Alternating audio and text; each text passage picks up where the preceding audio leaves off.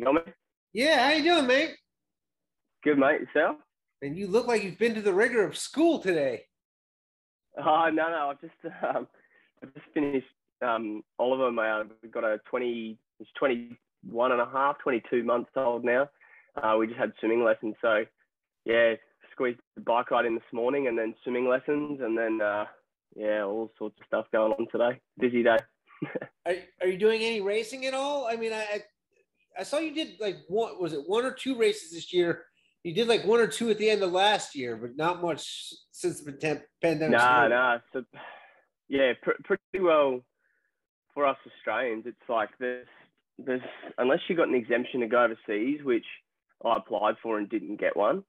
There's just no racing. So we just had 70.3 Sunny Coast. I didn't race that as a professional because I had to go back and get full-time work. But prior to that, we've had two lots of Cairns Ironman that have happened since the pandemic. And I think maybe two lots of Sunny Coast. That's probably about it in terms of Ironman branded events. The challenge branded events, none has gone ahead since the pandemic started. And then there's just been one or two smaller races that the PTO has supported to put some money behind it, where like nearly every professional Australia has just flocked to it if they can get to it. So, it's been madness down here actually in terms of trying to find a race and actually find a race, making or training hard enough so that you're going to do well, because then they cancel it 10 days out anyway. And you can't go over to New Zealand either.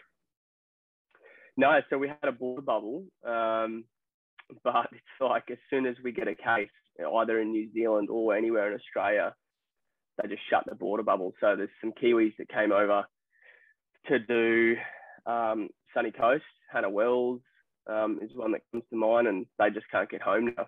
So, and I think New Zealand came out just the other day and said it's going to be at least another 8 weeks before they open that border bubble back up. So, yeah, it's just too risky, and especially like myself with a young family and that, and my 15 weeks pregnant as well. Like with a young family and wife, like I just can't risk going over somewhere and then not being able to get home. So it's pretty crazy. Well, I see back when you did race, you like to go into Asia, man. So we have a show here. It used to be airing, and it's now it's no longer on the air, but it's called River Monsters.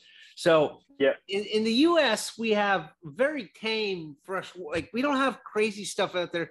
We got like an alligator gar, but that's harmless. So when I saw like what's in the water for like Asia, I'm like, oh wow, I never want to swim there. But like here you are, you love racing in Thailand and in Taiwan. It's like, yeah, I don't know if I'd ever want to swim in that fresh water because it kind of creeps me out. What's your experience? Yeah, like? I just prefer to not think about it. But yeah, some of the stuff I really enjoy going to Thailand, and just the way that flights and stuff are. It's actually cheaper for me to go to Thailand and do a race in Thailand than it would be to fly to the other side of Australia. By the time you get a hire car and flights and food, hotels, it's better for me financially to go to Thailand and do a couple of races there, and then come back home. And yeah, the stuff that's in the water, I just try not to think about it. I just pretty well everything here in Australia tries to kill you. So it's pretty well a step up. And anywhere I swim that's not in Australia is better than swimming in open water in Australia, I think. So, but yeah, I remember I did a race down the Mekong River. We swam straight down the middle of the Mekong River in Thailand.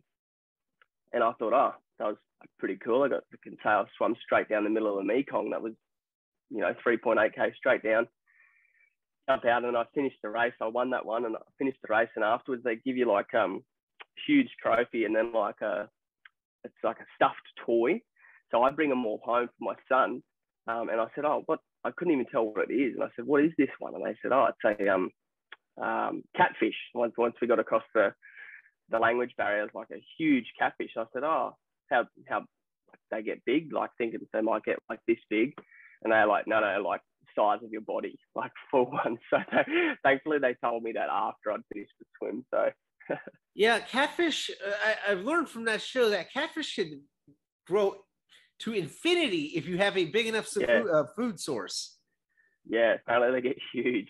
And so there's a statue there where the swim exit was. And so then I just kept asking questions about the culture and stuff. So what's the statue? And it's like a hydra snake type thing. And they said, oh, it's to protect us from the stuff that's in the Mekong. And I'm like, oh, okay, cool. Yeah, that's cool. So yeah. I don't know anything about, well, I mean, I really don't know anything about Thailand because I never really thought about going there or anything. I didn't know they had any kind of race scene. I know Ironman has a branded race over there, but I didn't know if there was anything more than that. I didn't know it was a popular thing. Yeah, so there's the series that I got into, I just by pure luck actually. So I got in a series there called, they're actually run by the Thai Navy, the races. So it's not run by like Ironman or Challenge or anything like that. And how I actually got invited to that race was I went to my second ever professional race. I just turned up to the banquet dinner. It was in Thailand. It was Challenge Kanchanaburi was the race. It was 2018. And I just turned up to the dinner like I used to as an age grouper for a free feed and all that sort of stuff. And I was the only professional that turned up to that. And they had plans to do like a question and answer, you know, so they'd have a translator and we could, you know, the Thai age groupers could ask some questions of us. So I was the only one that was turned up. So I was happy to do it. But from that, the race organizer said, oh, like, I really appreciate that because it would look terrible if no one turned up. I'll return the favor to you at some point down the future. So then, yeah, months went past and I just thought, whatever, nothing's going to come of it. And then, I got a WhatsApp message from a race organizer saying that the Thai Navy run 2 or 3 events a year where they like to show like how strong and powerful the people that are within the Thai Navy are. So they can do like Ironman and all sorts of stuff to show like how athletic they are and all sorts of stuff. So they invited me over to the very first one as like this is how fast we can do it, but this is how fast you can do it type thing. So I kind of went over there as like a little bit of a role model just to do it. And I had an absolute blast. Like the atmosphere, it was telecast on Thai TV. Had like a full camera follow me the whole day. Like it was like nothing that I've ever experienced doing well in races in Australia before. So they're absolutely fanatical about it. And that's when coming home, I just thought like, this is great. Like I just love going there. The people are friendly. They love Australians. So yeah, they kept inviting me back. So now the series it's grown to a point where anyone can enter the series in Thailand and all sorts of stuff. They haven't raced, unfortunately, for 12 months because the pandemic has cancelled their races, but that's what it was building to. They were building to, it was funded by the Thai Navy, but it was like started off as a Thai Navy event. And then by the end of sort of 2019, it had funneled into, they were doing 5,000 participants on a day across 3 different races that have Ironman 70.3 and Olympic distance all running on the same day. It's actually phenomenal to see. I haven't seen events that large and that smooth. Probably the only thing on the same scale would be when I went to Kona in 16 and 17 in terms of the amount of spectators and the cameras. And yeah, actually they do a great show of it. Oh man, that's neat. What was the prize money like? I think for the first one there, I got 96,000 Thai bahts or something, which is, when you bring it back to Australian, was maybe like $4,000, $4.5 grand or something. And to put into perspective, if I was to fly, so one of the races that I won there, I got 2 flats at Ironman Western Australia 6 days earlier. So I'd flown, cost me about $1,000 to fly to Western Australia, return, got 2 flats there. And then out of frustration, I accepted a late entry to one of these Thailand races, which was another Ironman. So I flew all the way over to Asia, got down to the race, did the race, and I made more money from that Thailand race than I would have if I had to come second at an Ironman branded race.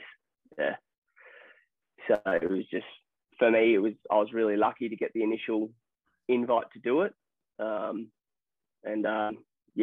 lot of good things come from it for it. So just before the pandemic come, we were looking at, I was going to fly over multiple times a year and do training camps. They had like 20 and 40 people every time for a training camp. So they would, fly me over, do a training camp and all sorts of stuff. So it actually turned into, for me, some people try to avoid Thailand and Asia in particular, but for me, I just found it, they love what we bring. They love the sport. They're fanatical about it. And yeah, for me, it was a great area to get into. So, what'd you eat while you were over there? Oh, you can if you go to the shops and stuff, you can find most Western foods, like where you need to go. But I just embrace it. Like I just eat whatever. Like the locals, there's a lot of rice, eggs, stuff like that. But I'm going to get the name of there's a little tablet. I always take it before every meal, and it just like neutralizes your Travelan, I think it's called. And it just like neutralizes the pH in your gut. So it just reduces the chance of you getting like food poisoning and sickness and stuff like that. So I still take precautions and things like that. But yeah, I actually love it. So I was actually just talking to my wife last night about what our plans are sort of next year moving forward, because as I said, at the moment I'm working full time, but I still, I harbour ambitions to go back and race pro and do that sort of stuff. And yeah, it just coincides with Thailand has just finally decided that like enough's enough with COVID. They're opening back up. So from the 15th of October, 15th of next month, they're accepting tourists without quarantine and so on and so forth. So that resort that I was mentioning just before about doing the training camp, they've already reached out about restarting that type of thing from like early February next year. So yeah, so I was talking with my wife last night about what the path looks like, and there's probably a very real chance that we'll go and set ourselves up in Thailand for a little while, build some fitness, and then have a look at where we go to from there. That's crazy. It just sucks at Sorry, that's crazy. The flight across Australia is like $1,000 because Australia is like roughly the size of mainland US, not including Alaska. And to go from New York to LA is really not that expensive. So yeah, and it's even more expensive now. So previously, before the pandemic, we had probably 3 carriers that would do like a Brisbane to Perth flight, which is the longest way you can possibly go across our country anyway. So it's about 5 hours both ways. And then the pandemic hit, and one of our main carriers, Virgin Australia, actually went bust. So even now, it was actually bought out by an American company. So one of our carriers is owned by the US now, but the pricing of flights here at the moment is just like, it's crazy. We're looking at flights just yesterday to go up and see. My wife's family lives a 45-minute plane right away, and it was going to cost us $600 for 2 people to go up and see her family for a weekend. It's just for a 45-minute plane ride. But with kids, it's also a 10-hour drive, because by the time you stop, let them out the car and all sorts of stuff. So yeah, hopefully things get a little bit cheaper, but that just the way it is at the moment. Is your airport security really fucked up like ours? Because the Department of Homeland Security really made this hard in the US. Ours isn't too bad. We don't have, like, when traveling in the US, when I was there, we don't have to take our shoes off or anything like that. We just sort of, international is a little bit stricter, but domestic, it's very much like, you can't take any liquids or stuff through, but it's not invasive like it is. Like, I have no problems with being patted down and stuff, but even I find it like a bit invasive in the States when I've been there. It's a bit full on. Yeah, if there's a show called South Park, I don't know if you've ever heard of it, but it had a good episode on that. So your wife's family is a 45-minute flight. What would that be in a drive, or is it not actually accessible by drive? If it was just me in the car, you can get there in about 7 hours from where I am. Like, I've done it before and just not stop and just go through drive-throughs and just duck out to go to the toilet and get back in. But because Ollie's like 20 months old, he just ends up start screaming in the car. Like, there's only so much, videos you can let them watch, and then they just get the sick of it. So yeah, with him, it takes probably 10 hours, 10 and a half even. So yeah, it's a long drive. It's definitely the cheaper option. Like it probably only takes $100 in fuel each way, but you kill 2 days of your time that's there. So whereas the 45-minute flight, but it's just one of those things. Like we'll still pay it. You know, we miss our family and stuff. We're probably some of the lucky ones in Australia. You know, our family still lives within Queensland, so we can still see them. As you know, some people that I know haven't seen their families and their kids for months on end because we're all just Australian states are like infighting. It's like where I am at the moment currently, we don't have any COVID in our state, and other states do, and it's kind of like no COVID. Well, none. No, we don't have any. We have a couple of outbreaks here and there, but the state that I'm in Queensland, we have done a pretty good job. Our Premier is very, very quick to slam the border shut. So if like someone down south in New South Wales or Victoria has COVID, it's just, no, you can't come in. And if you come into, so for example, if you're in New South Wales and you come into Queensland, you have to sit in a hotel 14 days that costs $2,800 if you want to come back to Queensland, even if you're a Queensland resident, even if your home's in Queensland. Yeah, it's like, yeah, it's pretty crazy. So what's your vaccine stuff like there? Are you not really vaccinated? Yeah, so that's another part of the problem. Australia just, in my opinion anyway, just dropped the ball so massively with the vaccine. They got, I think, like 50 million shots of AstraZeneca, but then it came out that it can cause like rare cases of blood clotting. And then the media just got hold of it. So no one was getting vaccinated. And now they've got Pfizer, but then they didn't have enough. So we've been getting, I heard just the other day, we've got a million more shots coming from Poland. Like we're just trying to get vaccines wherever we can. I've actually got my second vaccination shot later today. But it was very frustrating. Like I will happily go get vaccinated. I have happily got vaccinated my first shot already, but it was just like, it was farcical. There was the ads on TV coming up, like with people like our age dying from COVID in hospitals and stuff, like saying, go get vaccinated. And then you ring up to vaccinate and they're like, no, you're not eligible till November, October. It's like, well, yeah. So it was kind of, the government was trying to say like, everyone should go get vaccinated, but there's no vaccines to give people. So, and the only reason I've been vaccinated is because I'm a teacher and I have a teacher qualification, and they had an outbreak in a school, and all of a sudden they were like, oh, okay, we need to vaccinate teachers. So teachers became my priority group to get vaccinated. So that's the only reason that I've managed to be vaccinated. But I tried countless times, probably 10, 15 times, to find a loophole to get a vaccine, and I could not even get one, even if I tried. Yeah, so we've got vaccines now, and it's now at the stage where anyone can walk in and get it, and our vaccination rates is good, but probably a couple months too late, to be fair. Yeah. You're a PE teacher? That's we just call him a gym teacher here, but so how is returning to teaching like? I mean, you told me being a teacher here kind of sucks because they don't pay you anything and the education system's broken, but apparently it's not like that over there. No, yeah. I enjoy teaching, and it was like when I went to uni, I knew that from year 3, I had a really great year 3 teacher. And after that, I thought, I want to be a teacher. So yeah, I went straight from year 12, straight into university, became a teacher and went straight back to school. So, yeah, I enjoyed it. And over here we get 12 weeks paid holidays a year, and they're, especially if you've got a family, you get, a winter holiday off, so June, July, which is typically if you want to go down in the snow or something in Australia, you can do that. We get a 6-week block over Christmas. We get 2 weeks at Easter, and then 2 weeks at like now. So I'm on school holidays at the moment, so sort of mid-September. So in terms of a career for us back here with, like if you've got kids, it's fantastic because you get all of the good times of the year off.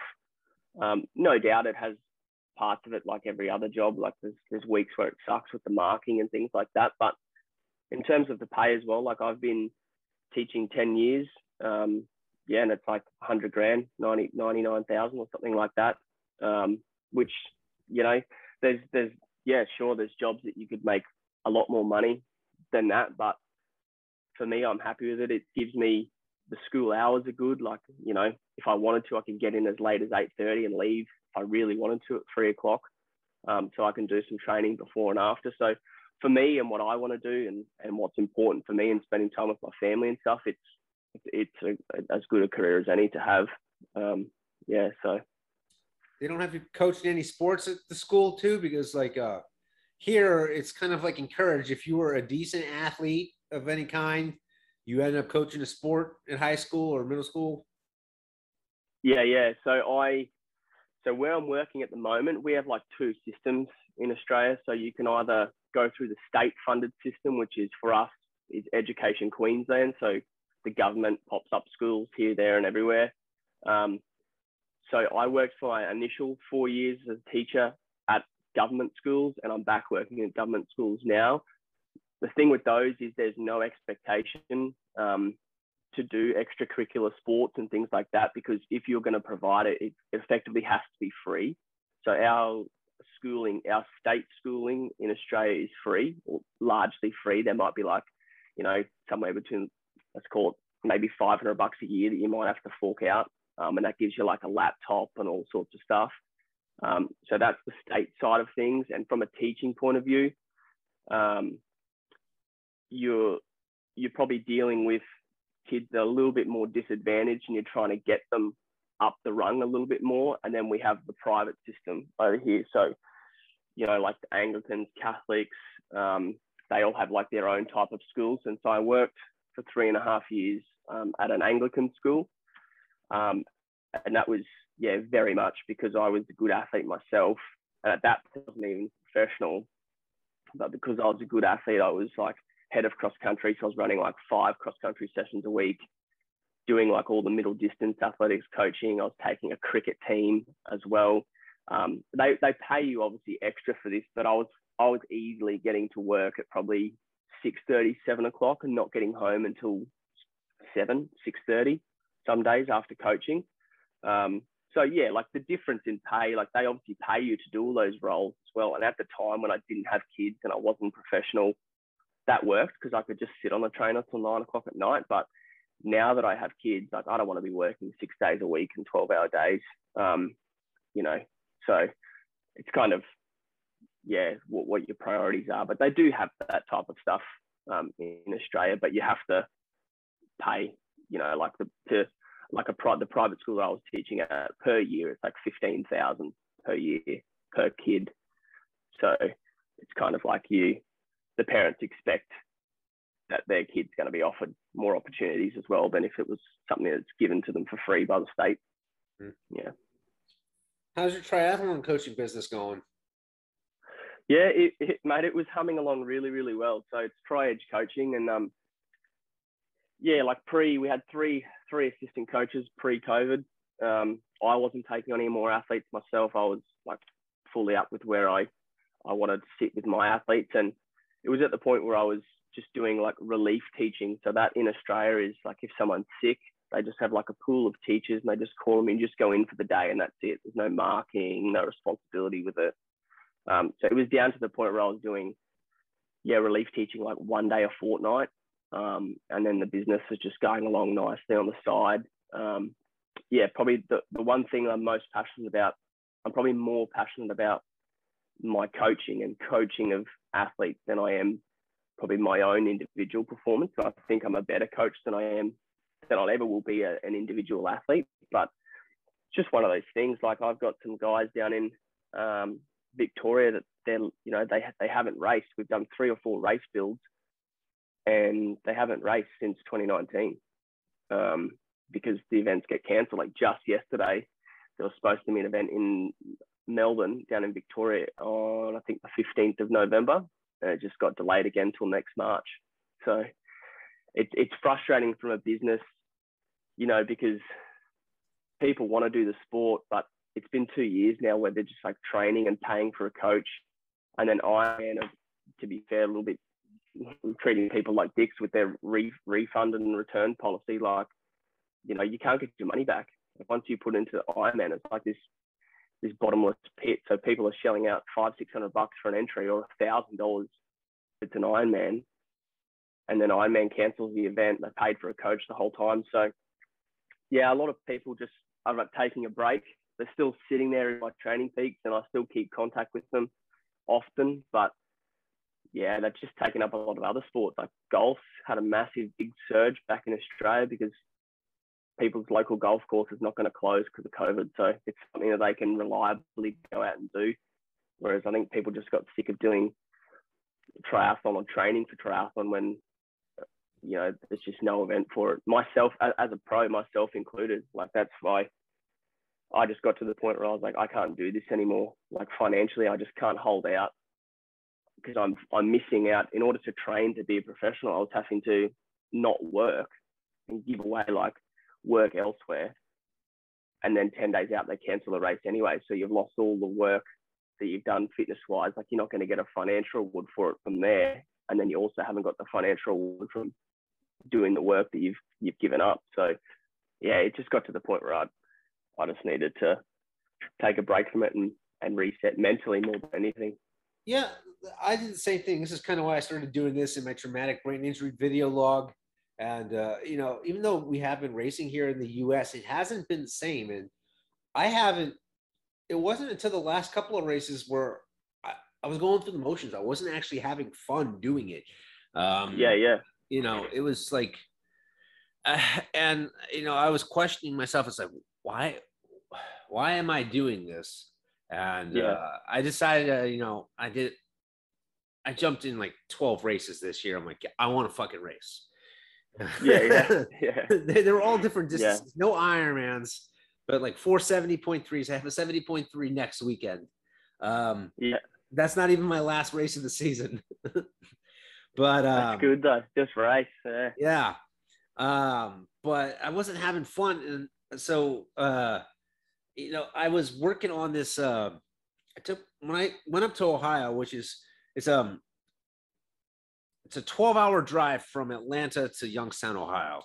And I mean, I can do it in as little as 10 and a half by pissing in Gatorade bottles and eating as I go. So I've cut it down.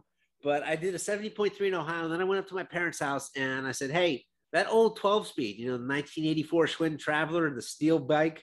I said, you're not going to do anything with that. I'll take it back with me and I'll fix it up. And you know, I was talking to a race director after a sprint. And I said, you know, if I can fix this bike up before your next one in the series, I'll race it. And it's like, all right, well, what else can we do? So I started growing out the mustache. I got. Oh, I think I saw you didn't. Yeah, I'll send you the video. I got the headband. Yeah. And I got the banana Speedo and the sunglasses. And I raced it like it was the 80s. And I'm like, damn, that was fun. Yeah. I didn't race. I wasn't racing the clock. And it's like, wow, I haven't had fun like this in a long time. Yeah. It's funny you say that. I actually did.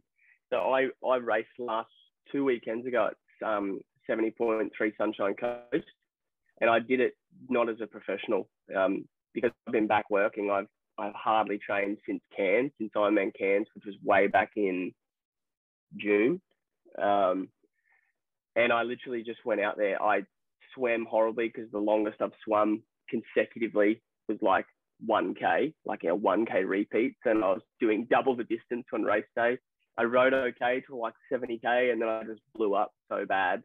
And on the run, I just like stopped and like played with my kid on the hill. And everyone's like, what's this guy doing? Doesn't he care about his time? And I literally, it's probably the most fun that I've had doing a triathlon that I can remember because I completely did not care about what people thought of the result all the time, because after 2 years of like trying to make a living out of it as a professional, it was just so draining. And I got to the point where I thought, like, I don't actually know if I enjoy doing triathlon anymore. And I just needed to take a step back and just do it for fun and not care about the result and just, you know, stop and see my wife and have a cuddle with my kid and that sort of stuff, to actually realize that I do still enjoy it. And it's, you know, I'm just not being able to enjoy it at the moment because this pandemic's just getting in the way. And post-pandemic, I don't know what happened. I took this, you know, like a 6-month hiatus from training, but, you know, it should have rebounded from then. And I haven't been as fast. Like my 70.3 is, at best, it was been like 45 minutes off of my PR. I went 4:54 in like 2017. And then like now my best was like 40. And it's like, I don't know what happened, but it was actually making, that was part of the thing why I wasn't enjoying it. I was racing the clock. It's like, I am nowhere near what I used to be. And by racing the clock, it was just making me sad. I was like, I'm just so far away. It's like, and then, if I was finding alternative reasons, like to look like a complete asshole, doing it, I mean, people love me. When I was on the course in that Speedo, like, funny thing, when I was searching to buy a Speedo, right, a lot of these places were in Australia. Like you have like Australia has this weird fascination with Speedos with all these crazy prints and stuff because it's not Budgie Smuggler and Funky Trunks and no, they're big down here. We call board shorts curtains of shame, so no one wears boardies or anything like that. So Budgie Smuggler is a big brand down here, and then Funky Trunks is sort of probably the next one down as well. So they make all sorts of like cool patterns, and kids love them. Like kids on their Christmas list and stuff ask for Funky Trunks. Like it's just a thing down here that we just wear cool Speedos and There was this one, right? I found it on Google Shopping, and it said "delicious" right across the ass, right? And I'm like, this is great. And then when I went to and I looked through the site at the other stuff, it's like incredibly gay stuff, like stuff that gay guys would wear to a pride thing. I'm like, I don't know if I can run in this or ride it on a bike. But I thought it would be great. But the banana one turned out just as good. It was a big hit at the races, and people were like, "Well, you can't miss you." I'm like, "No, you can't." Yeah, that's right. We enjoy it down here. That's for sure. So the last thing I was going to ask you is, how are you doing after your mate's death? You doing all right? Yeah. It's been, it's funny you actually talk about that because just the other day I was out visiting an old school teacher. I went out and saw my mum and dad and stuff out where I grew up, and then my old school teacher came in and he was just telling us about some other people that I went to school with that I was unaware of that have committed suicide and things like that. It's just, I don't know, it's frustrating in Australia at the moment because it seems like all that we care about is that we have zero COVID. But keeping people away from their families and stuff like that, there's more people that are killing themselves than COVID is killing, but no one seems to care about it because as long as we don't have COVID, then it's okay. But it's just I'm just sort of point where I'm just incredibly, you can probably hear, like I'm just incredibly frustrated by the way that it's been handled and how long it's taken to get people vaccinated and how like tit for tat it is, we got people that have gone to work or, been away and they're being stuck away from their wives and families for months at a time. And rather than, being rejected, because in order to come back across the border, you have to fill in paperwork, and then someone sitting in office, like based on these stupid criteria, says, "Oh, yep, you can come back in or you can't." But like, people have not been able to say goodbye to their grandparents and their parents and stuff that are dying in hospital because you live in New South Wales and New South Wales has COVID. It's like it's just ridiculous at the moment. So I think initially Australia was probably the envy of the world because we managed to keep COVID out for so long. But now I just feel like within Australia, like the states are just fighting amongst themselves. And it's just, I've never seen like tension in this country so high. Like there's protests and stuff every day just because like the politicians, it's somewhat turned into, in my opinion, it's turned into like a political game. But like they don't realize that, more people are killing themselves from mental health issues and stuff than COVID. But because we have no COVID, everything's okay. But, we have the same. So, we have the same thing here where we have, blue states, red states. Red states have people doing dumb shit like not getting vaccinated, eating horse dewormer, all this stuff. Yeah. But when I think of suicide, there's I don't know how much you know about American football. But obviously the quarterback is the highest paid position on the team. Yeah. And you're essentially looked at as the leader of the team. And several years ago, there was a quarterback named Brady Quinn. There's a guy who did a murder-suicide on his team of his wife. And after the press conference after the game, he said a quote that has resonated me for several years. And I had to look it up to make sure I got it exactly. Is when you ask someone how they're doing, do you really mean it? And when someone asks you back, how are you doing? Are you telling them the truth? And I've taken that to heart. And then, when I ask someone how they're doing, I genuinely want to know, because why would I bother fucking asking you a question if I didn't want to know the answer? Yeah, right? yeah. So yeah. I mean, like, I'm coping fine. It's more just frustration. As I said, I'm one of the lucky ones. I had a really good fallback, and I always tried to set myself up. Like, I went to university and I got a degree before I even contemplated doing triathlon and stuff like that. So, I'm one of the lucky ones. I've got a good fallback. I've got a very, very, very supportive wife and little Oliver, and the other one's on the way. So, and we're all in the same state, and our families are all in the same state. So, but there's a lot of people suffering out there for sure. It's there's no right or wrong answer. I don't think. I don't have the answer how to deal with it, but it's sort of, at the moment, there's this little bit of divide in Australia. There's a whole heap of people that probably haven't been, when I say haven't been affected, like, COVID hasn't lost them a job.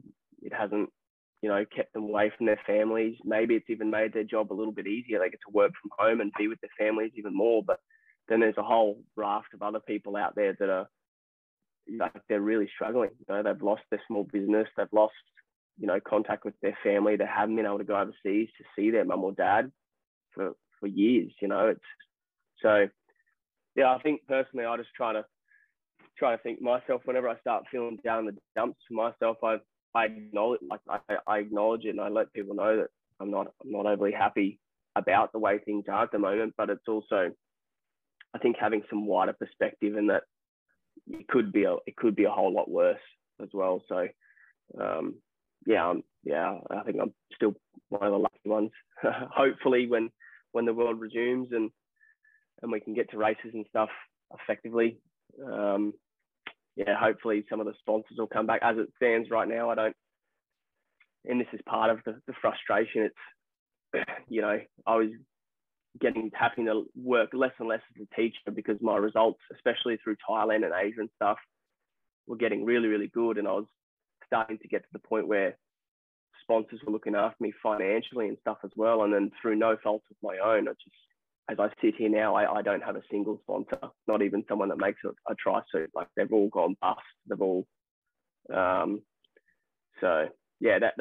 a frustrating part, speaking strictly from triathlon side, is that it's, I feel like, through no fault of my own, we're just, I'm probably back to in a worse position than I was when I was an age grouper. Even as a good age grouper, I was getting free wetsuits and bits and stuff thrown your way, and whereas at the moment it's just back to square one. So that's sort of where my mentality is. I plan on next year giving it a really good shot, because I'll have the support once Bub comes in March. My wife has 12 months paid maternity leave as well, so we have a bit of flexibility as to where we can go and base ourselves. And I think I'll just give it one year. I just go as hard as I can, and then sort of just have to assess after that, because at some point, with a young family and stuff, and there's going to be school fees and stuff to pay for, I've got to decide to part ways with the pro stuff, or it's either going to work or it's not going to work. At some point, I'm going to have to make that decision. So yeah. Well, hi, man. Thanks for giving me some of your time this morning. I appreciate it. Easy. No worries. Yeah.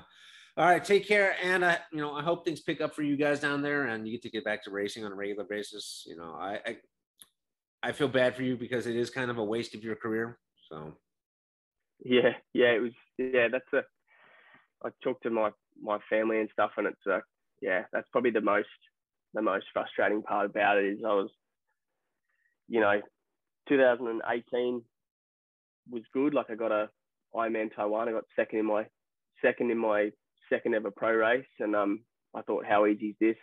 And then everything started to flow off the back of that, and then the Thailand results, and then it was just, it was like a lead balloon going down. So hopefully, I still have the belief in myself that I can that I can do it. I just need to get myself in the right sort of environment where I can train and still be a good dad and all that sort of stuff. And fingers crossed it resumes. But if not, that's life. We'll get on with it. Yeah. All right, man. Take it easy. Thanks, mate. Hopefully I'll see you when I'm in the States. Yeah, definitely. All right. Thanks, mate. See ya. Bye.